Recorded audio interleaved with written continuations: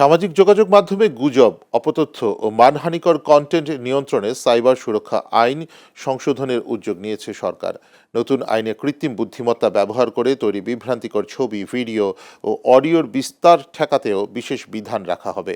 আজ জাতীয় সংসদে স্বরাষ্ট্রমন্ত্রী সালাউদ্দিন আহমেদ জানান, পাশাপাশি ফেসবুকের মূল প্রতিষ্ঠান মেটা সহ আন্তর্জাতিক প্রযুক্তির প্ল্যাটফর্মগুলোকে নির্দিষ্ট সময়ের মধ্যে ক্ষতিকর কন্টেন্ট অপসারণে বাধ্য করা হবে।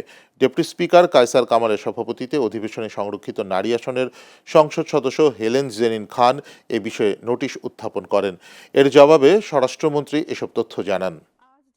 সাইবার স্পেসে গুজব, অপতথ্যের ক্রমবর্ধমান বিস্তার, কৃত্রিম বুদ্ধিমত্তা অর্থাৎ আর্টিফিশিয়াল ইন্টেলিজেন্স ব্যবহার করে বিভ্রান্তিকর, অপমানকর, বিরক্তিকর ও মানহানিকর কন্টেন্ট তৈরি এবং প্রচারের প্রবণতা, সামাজিক যোগাযোগ মাধ্যমে ক্ষতিকর কন্টেন্ট দ্রুত অপসারণের প্রয়োজনীয়তা এবং আন্তর্জাতিক প্রযুক্তি প্ল্যাটফর্মসমূহের সাথে অধিকতর কার্যকর সমন্বয়ের জন্য সাইবার সুরক্ষা আইনের একটা সংশোধনী আনতে হবে। সেটা সাইবার সুরক্ষা আইন 2026 নামে আমরা অবহিত করব।